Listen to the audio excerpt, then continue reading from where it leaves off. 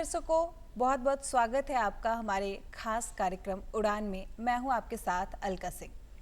नमस्कार दर्शकों, मैं हूं संस्कृति और इस प्रोग्राम में हम हर बार आपके लिए युवा प्रतिभाओं को लेकर आते हैं जो आपकी ज़िंदगी को इंस्पायर करते हैं और इस दुनिया के अलग अलग स्ट्रीम्स से आकर अपनी कहानियों से आपको मोटिवेट करते हैं। संस्कृति, जिस तरीके से हम अपने दर्शकों को हर बार की तरह इस बार भी रूबरू करा रहे हैं प्रतिभाशाली युवाओं से, ऐसे प्रतिभाशाली युवा जो कि अपने मेहनत के दम पर ना सिर्फ अपने परिवार का बल्कि पूरे देश का नाम रोशन करते आ रहे हैं। तो हमारे साथ आज तीन प्रतिभागी मौजूद हैं। जी बिल्कुल, और जो हमारी पहली युवा प्रतिभा हैं वो फैशन की चकमकाती दुनिया से आती हैं। फैशन डिज़ाइनर होने के साथ साथ एक मॉडल भी हैं और मिस पटना 2023 का खिताब अपने नाम कर चुकी हैं। श्रेया, बहुत बहुत स्वागत है आपका। बहुत बहुत शुक्रिया। तो श्रेया, फैशन ही क्यों? फ़ैशन इसलिए कि मैंने खुद को बहुत देखा है बचपन से ही कि मुझे ड्रेस डिज़ाइनिंग में या पेंटिंग में या स्केचिंग में बहुत इंटरेस्ट रहा है। बचपन से तो नहीं जाना कि ये सारी चीज़ें होती हैं दुनिया में, बट धीरे धीरे जैसे ही समझा तो उसके बाद मैंने डिसाइड किया कि मुझे ये करना है। तब से मैंने शुरू किया है अपना ये जर्नी। जी। प्रिया, हम आपसे ये भी जानना चाहेंगे कि आपकी स्कूलिंग कहाँ से हुई है? जहाँ का मेरा जन्म है वेस्ट बंगाल आसनसोल, वहीं से मेरी स्कूलिंग हुई है और उसके बाद मेरा ग्रेजुएशन हुआ है झारखंड से और फिर मैंने यहाँ पर आकर पटना वुमेंस कॉलेज से मैंने अपना पीजी किया है फैशन डिज़ाइनिंग में। संस्कृति, जिस तरीके से ये बता रही हैं, बिहार झारखंड दोनों का बेहतर तालमेल इनके साथ जुड़ा हुआ है और अपने करियर में काफ़ी अच्छा कर रही है। आप फैशन डिज़ाइनर के साथ साथ एक मॉडल भी हैं। किस तरीके से देखती हैं अपने आप को? फैशन डिज़ाइनिंग जो मैंने चूज़ किया तो ऐसा लगा कि बहुत लोग कहते थे कि नहीं, तुम्हारा जो फेस है, तुम्हारा जो वे ऑफ स्टाइलिंग है बहुत अच्छा है मॉडलिंग के लिए, तुम एक बार ट्राई कर सकती हो। तब मैंने अपने आप को एक चांस दिया कि मॉडलिंग में भी ट्राई करते हैं। तो फिर वहाँ से ही शुरू हुआ और करते करते मुझे ऐसा महसूस हुआ कि जो डिज़ाइनर्स हैं अपने डिज़ाइंस को मॉडल के थ्रू प्रेजेंट करते हैं, तो एक मॉडल किस पॉइंट ऑफ व्यू से उस चीज़ को देखती है, महसूस करती है, वो एक डिज़ाइनर को उस चीज़ का एक्सपीरियंस होना चाहिए। तो कहीं ना कहीं मैंने वो एक्सपीरियंस किया है और जिसके वजह से मैं समझ पाती हूँ कि अपने डिज़ाइंस को अगर मैं मॉडल के थ्रू पेश कर रही हूँ तो क्या रहता है मॉडल का उस डिज़ाइन के प्रति। जी बिल्कुल, अलका जी, मुझे लगता है कि ये कहना चाहती हैं कि शुरुआत सबसे ज़्यादा ज़रूरी है। अगर शुरुआत सही हो तो फिर इंसान अपनी राह ज़रूर पकड़ लेता है। तो श्रेया, आप मॉडलिंग के बारे में क्या कहना चाहती हैं कि वो सोसाइटी पे कैसा इम्पैक्ट देती है? सोसाइटी पे देखिए, जैसा मैंने कहा कि जो डिज़ाइनर्स हैं वो अपनी क्रिएटिविटी को, वो अपने इमेजिनेशन को अगर प्रेजेंट करना भी चाहें, अगर मॉडल्स नहीं रहेंगी तो वो प्रेजेंट नहीं कर पाएंगे। जी बिल्कुल। तो उसके लिए बहुत ज़रूरी है। बट जो सोसाइटी है वो मॉडल्स को बहुत अच्छे से नहीं देखती हैं, तो सोसाइटी को भी ज़रूरत है कि अपना नज़रिया थोड़ा बदले और मॉडल्स को ज़रूरत है कि जो सोसाइटी है, जो दायरा है उस चीज़ का बिल्कुल ध्यान रखे और उसी तरह से काम करें। श्रेया, संस्कृति ने जिस प्रकार से सवाल किया सोसाइटी को लेकर, तो हम ये भी जानना चाहेंगे। आपने सोसाइटी के बारे में बताया कि सोसाइटी वालों को अपने मन को बदलना चाहिए, अपनी धारणा को बदलनी चाहिए। तो हम ये भी आपसे जानना चाहेंगे कि इसमें आपके पेरेंट्स का कितना सहयोग रहा, क्योंकि फैशन डिज़ाइनिंग एक कहने के लिए हम अपने गार्जियन को बता सकते हैं, जिस तरीके से हम लोग जैसे मिडिल क्लास फैमिली से आते हैं, लेकिन एक मॉडल बनना ये थोड़ी हिचकिचाहट वाली बात होती है। तो किस तरीके से आपने हैंडल किया और पेरेंट्स का कितना सहयोग रहा? अभी तो मेरे पेरेंट्स बहुत सपोर्ट करते हैं। पहले होता था कि जो पेरेंट हैं थोड़े से सवाल करते हैं कि क्या है नहीं है, उनको ये चीज़ें समझाना बहुत बड़ी बात होती है ताकि वो अपना पॉइंट ऑफ व्यू चेंज कर सके उस चीज़ को लेकर। तो इसमें बहुत सपोर्ट रहा है मेरी दीदी का उनको कन्विंस करने में, और कहीं ना कहीं वो भी समझ गए कि मेरी जो बेटी है वो बिल्कुल सही रास्ते पर है और भरोसा करते हैं कि कुछ ऐसा गलत नहीं करेंगी। तो ये भरोसा अपने पेरेंट को दिलाना पड़ता है। ये सिर्फ बच्चों की जिम्मेदारी नहीं होती है, माता पिता की भी जिम्मेदारी होती है कि बच्चों पर अपने भरोसा करें और कहीं ना कहीं वो अपने परवरिश पे भरोसा करें कि उन्होंने जो परवरिश दी है बच्चे बिल्कुल उस पर खड़े उतरें। श्रेया, अपना फ्यूचर किस प्रकार देखती हैं इसमें, क्योंकि दोनों चीज़ें आपसे जुड़ी हुई हैं, फैशन डिज़ाइनिंग भी और मॉडलिंग भी, तो दोनों में किसको ज़्यादा तवज्जो दे रही हैं और अपने फ्यूचर को कैसे देख रही हैं? अभी तो जैसे मैं मॉडलिंग की तरफ थोड़ी ज़्यादा हूँ, क्योंकि आप मॉडलिंग इंडस्ट्री को देखेंगी तो मॉडलिंग आप बहुत लंबे समय तक नहीं कर सकती हैं।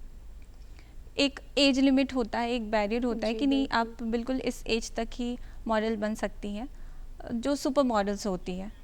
लेकिन फैशन डिज़ाइनिंग क्या है, ये आप हर कोई कर सकता है, एक छोटे बच्चे से लेकर जिनको अगर इस चीज़ की नॉलेज है, अगर उनको इंटरेस्ट है तो वो डिज़ाइनिंग में फील्ड में आ सकते हैं। और जो बड़े हैं जो बहुत सारी ऐसी औरतें हैं जो पहले तो उन्होंने बिल्कुल जैसा उनका लाइफ चला है कि पहले पढ़ाई की, उसके बाद शादी हो गई, उसके बाद उन्होंने अपना पैशन जो है फॉलो किया है और वो बहुत अच्छे मुकाम पर है।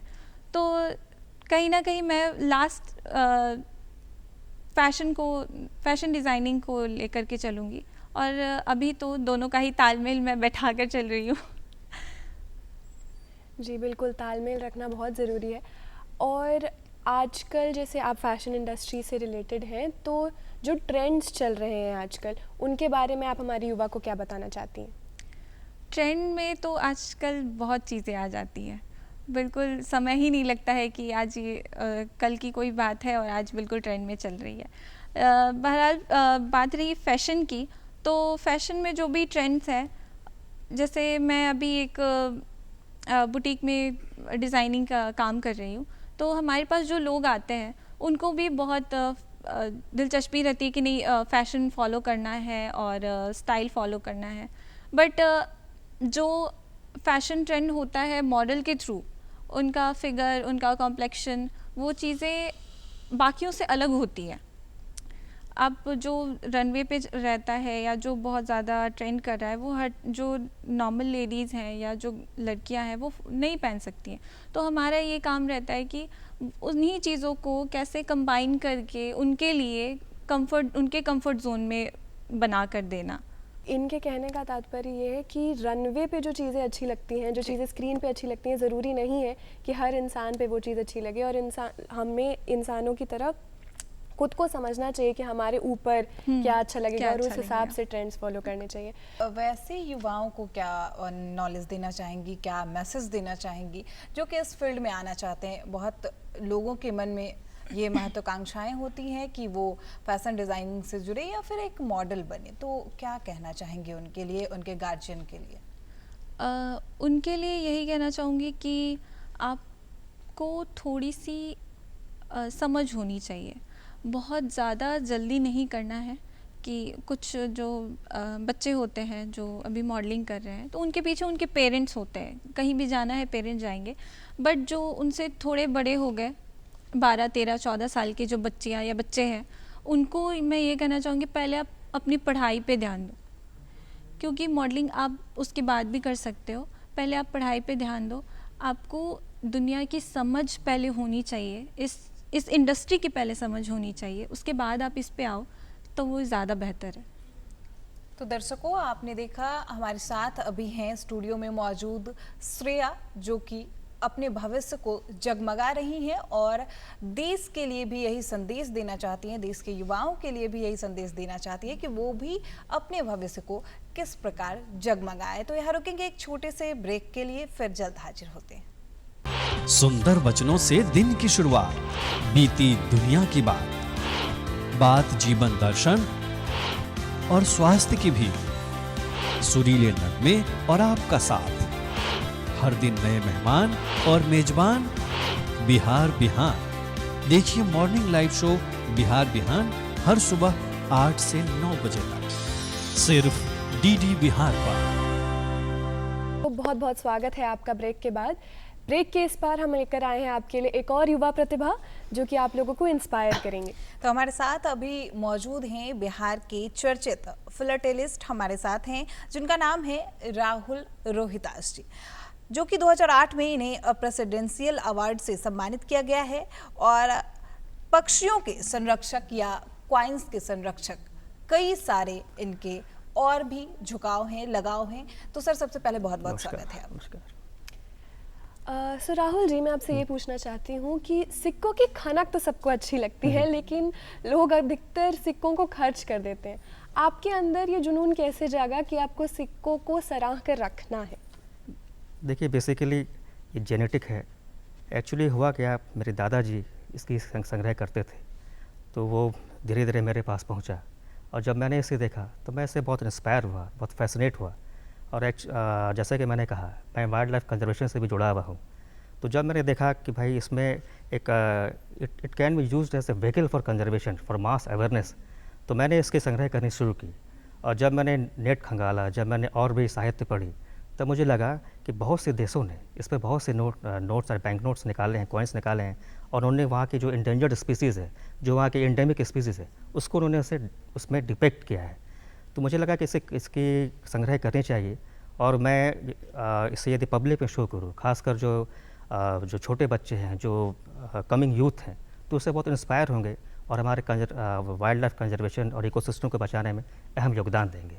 राहुल जी, बहुत ही अच्छी बातें आपने कही और आजकल सिक्कों की महत्वता को हर किसी को समझना चाहिए। हम जानना चाहेंगे आपसे, आपकी शिक्षा दीक्षा कहाँ से हुई है? जी, मेरी शिक्षा दीक्षा भागलपुर से हुई है। मैंने एमएससी किया है और फिर मैं तैयारी कर रहा था, तो फिर मेरी एफसीआई में मेरी नौकरी हो गई।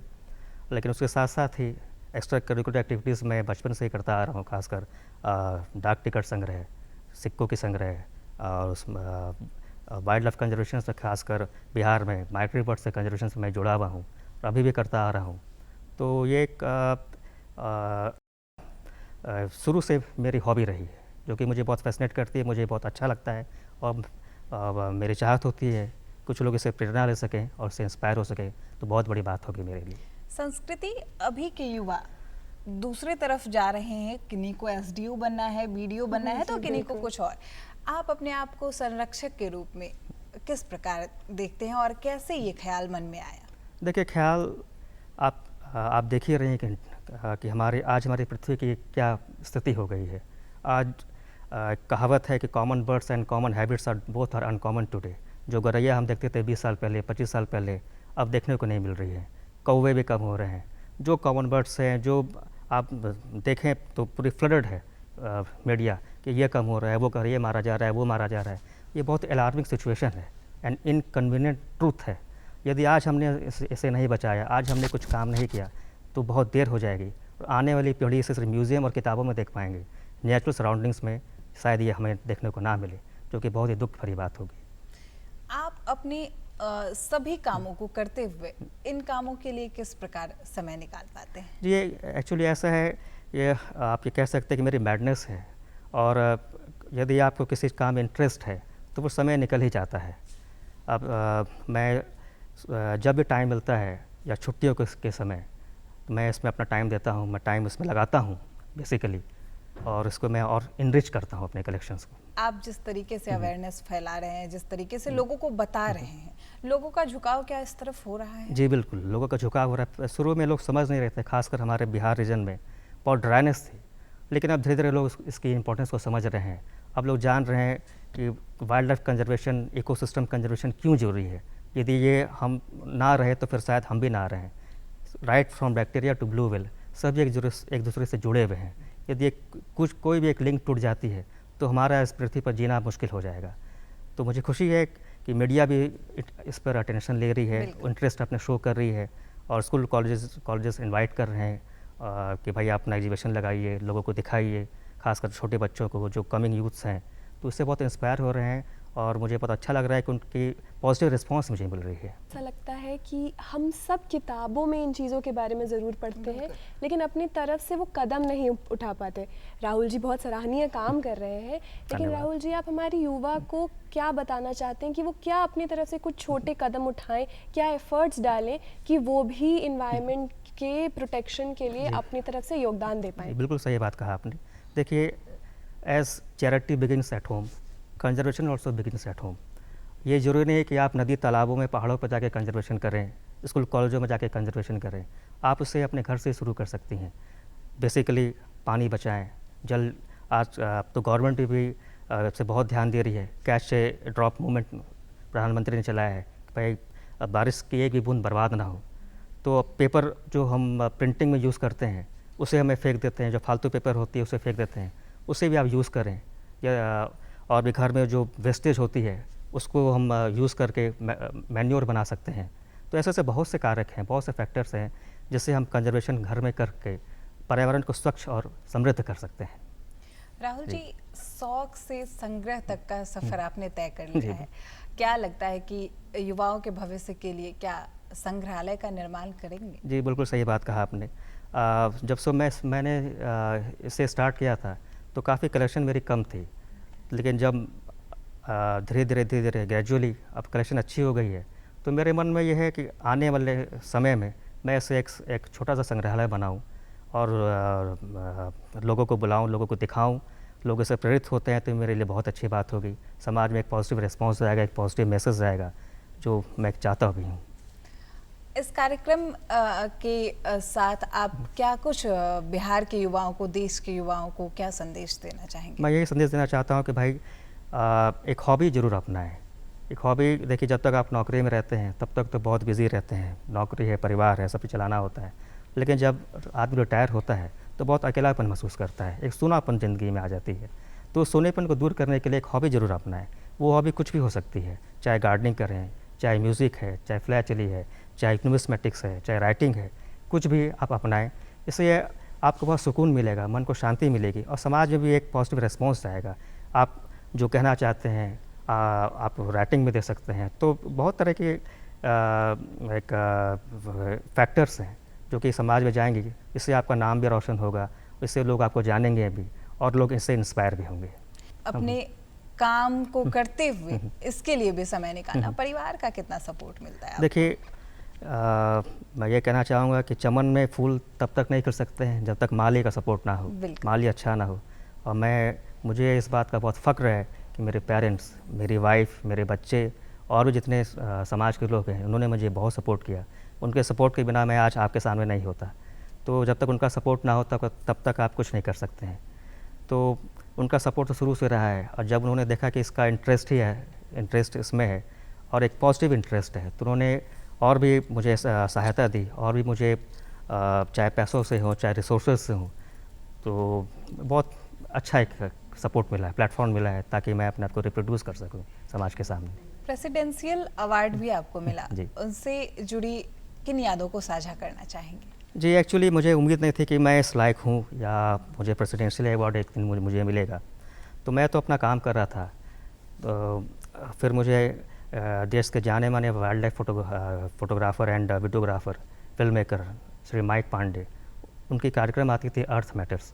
उसमें मैं रोज़ाना बड़े चाव से देखता था और उसमें जो क्विज कंपटीशन होती थी उसमें मैं हमेशा जवाब भी भेजता था और कुछ अपना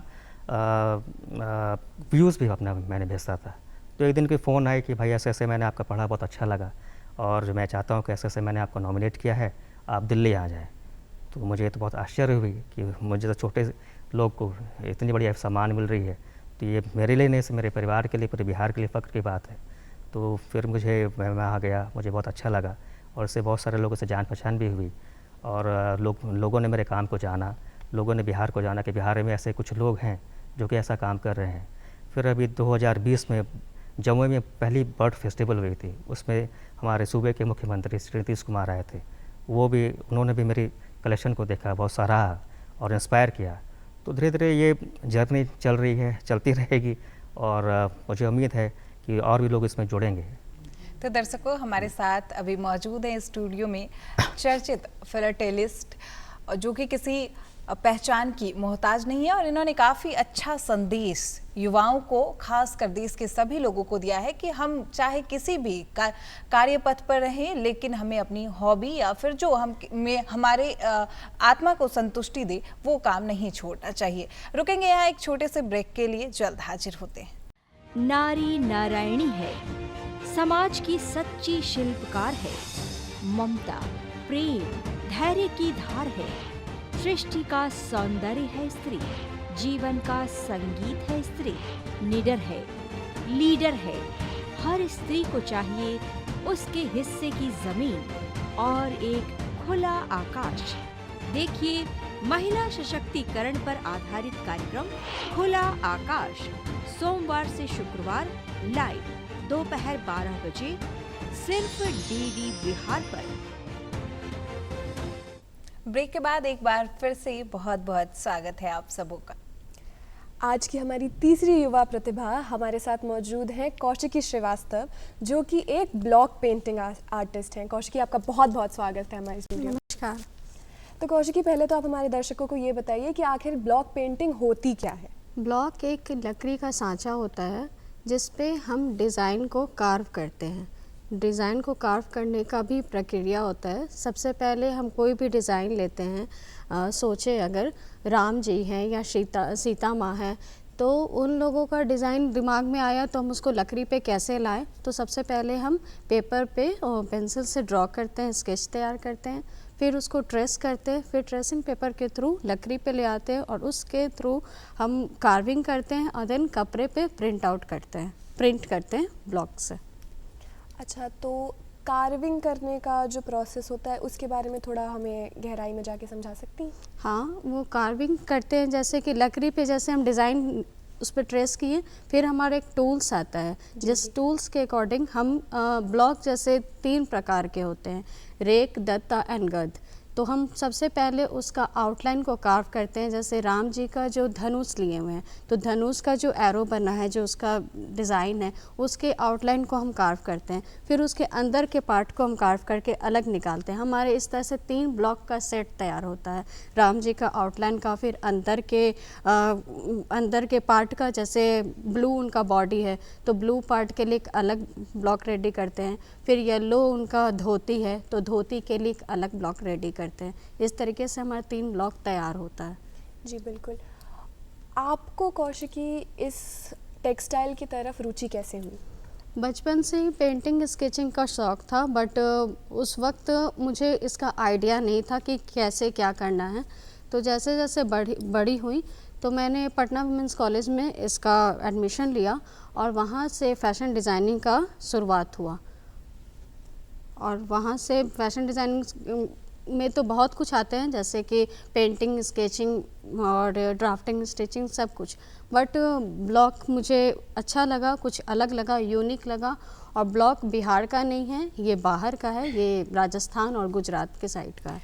कौशिकी, जिस प्रकार से आप ब्लॉक पेंटिंग करती हैं, काफ़ी सारे यहाँ पर रखे हुए हैं सामान जिस पे दिख रहा है साफ साफ, तो इसका भविष्य किस प्रकार देखती हैं आपकी? जैसे अभी आपने शुरुआत करी है, तो आगे क्या कुछ आपने सोचा है अपने भविष्य के लिए? मैंने सोचा है कि मैं इस पे काम एक अकेला नहीं करना चाहती, मैं अपने साथ हर एक युवा को जोड़ना चाहती हूँ। युवा नहीं, जो गाँव में महिलाएँ हैं जो अपने कामों में व्यस्त रहती हैं, उनको अपना वक्त नहीं मिल पाता है। अपने मतलब हर एक को एक शौक़ होता है कि हम कुछ करें, अपनी ज़िंदगी में कुछ करें, बट क्या होता है कि कुछ परेशानियां की वजह से वो शादी ब्याह हो जाता है, उसके बाद वो अपने घरों में ही रह जाती है सिमट के, तो उनको वक्त नहीं मिल पाता है अपने बारे में कुछ सोचने का। तो मैं इसके थ्रू ब्लॉक जो है बहुत ही साधारण और बहुत ही आसान चीज़ है जिसको हम घरों में भी कर सकते हैं। ब्लॉक तो लकड़ी से भी बन सकता है, पेपर से भी बन सकता है। हम सब्जियां जो खरीदते हैं, सब्जियां तो सबके पास आसानी से उपलब्ध है, तो जैसे प्याज हो गया, भिंडी हो गया, आलू हो गया, उस पर भी हम अलग अलग तरह के डिज़ाइन को कार्व करके प्रिंट कर सकते हैं। तो मेरा ये मकसद है कि जो बूढ़े घर पे जो गाँव में है या फिर जो काम में व्यस्त है, इसके थ्रू वो अपना काम कर सकते हैं और वो लोग भी अपना नाम रोशन कर सकते हैं। अपने बिहार के कल्चर को किस प्रकार दर्शाया जा सकता है ब्लॉक पेंटिंग से, या फिर कितना इनकरेज हो सकता है बिहार का कल्चर इस ब्लॉक पेंटिंग से? बिहार में अगर हम जैसे बताया कि राम जी या सीता माँ हैं, ये तो हमारे संस्कृति में है, तो हम इसके थ्रू हम जो ब्लॉग तैयार कर रहे हैं और कपड़ों पे छपाई कर रहे हैं, तो छपाई करने के कार्यक्रम में और इस कपड़े को बना के जो हम बाहर की तरफ अलग अलग राज्यों में भेजेंगे, तो उससे हमारे अलग अलग राज्यों के लोग को भी इसकी जानकारी हो जाएगी कि बिहार में भी इसका काम होता है। संस्कृति जिस प्रकार से इन्होंने बताया और जो कुछ हमें दिख भी रहा है, इससे साफ तौर पर ये लग रहा है कि हर युवा को ये प्रतिभा होनी चाहिए। जिस तरीके से इनका ब्लॉक पेंटिंग किया हुआ है, आपने अपनी रुचि के बारे में बता दिया, लेकिन बिहार के युवाओं को और खासकर जिन्हें इनमें रुचि है, उनको क्या कुछ संदेश देना चाहेंगी? मैं ये संदेश देना चाहूँगी कि जिसको जो इच्छा है वो करो। किसी को डॉक्टर बनना होता है, किसी को इंजीनियर बनना होता है, किसी को प्रिंटिंग करना होता है। तो प्रिंटिंग करना है तो अपनी रुचि ख़त्म मत करो, चाहे कितनी भी परेशानी आए, कुछ भी आए, उसमें भी तुम इस काम में लगे रहो। हर एक दिन प्रैक्टिस करो, इसमें प्रैक्टिस की बहुत ज़रूरत है। तो तुम्हें प्रैक्टिस के बिना इसमें काम नहीं हो सकता। अगर हम ब्लॉक प्रिंट करना एक बार छोड़ दें, हमें पता है कि ब्लॉक उठा के बस छापना है, बट उसको करने का भी एक तरीका होता है कि अगर रेगुलर हम काम नहीं करेंगे तो उनकी ये हैबिट छूट जाएगी। आपकी प्रैक्टिस इस आर्ट में कब से रही है? मैंने 2020 में इसका मतलब प्रोडक्शन शुरू किया है। पहला मैं अपने प्रोडक्ट को बना के और सेल आउट करना 2020 शुरू किया। लास्ट ईयर मुझे स्टेट मेरिट अवार्ड मिला है ब्लॉक प्रिंटिंग में, और उस वक्त से मेरी 2020 से स्टार्ट है। मैं काम इस पे करते आ रही हूँ और अभी मैंने अवार्ड जीता। कितनी लगन की ज़रूरत है इसमें? पढ़ाई भी आपने करी है, उसके बाद ब्लॉक पेंटिंग, तो क्या लगता है पढ़ाई से ये कितना इतर है और कितनी लगन की ज़रूरत है इसमें, इसे सीखने में? प्रिंटिंग और पेंटिंग में क्या है, सबसे पहले तो दिमाग को ना बहुत रिलैक्समेंट में फील होता है। अगर आप कोई भी स्ट्रेस में हो तो पेंटिंग और प्रिंटिंग से आपको दिमाग को बहुत ही स्ट्रेस फील होता है, बहुत अच्छा महसूस होता है।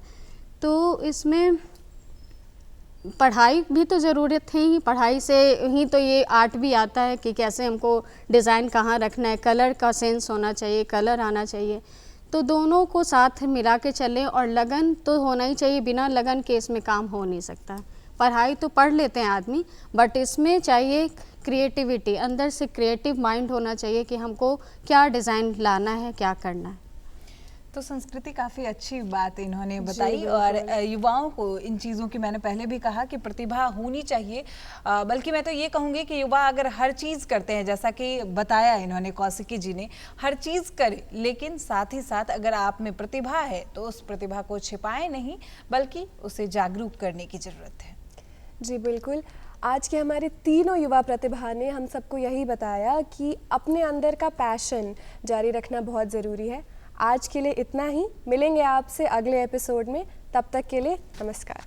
बने रहें डीडी बिहार के साथ। नमस्कार।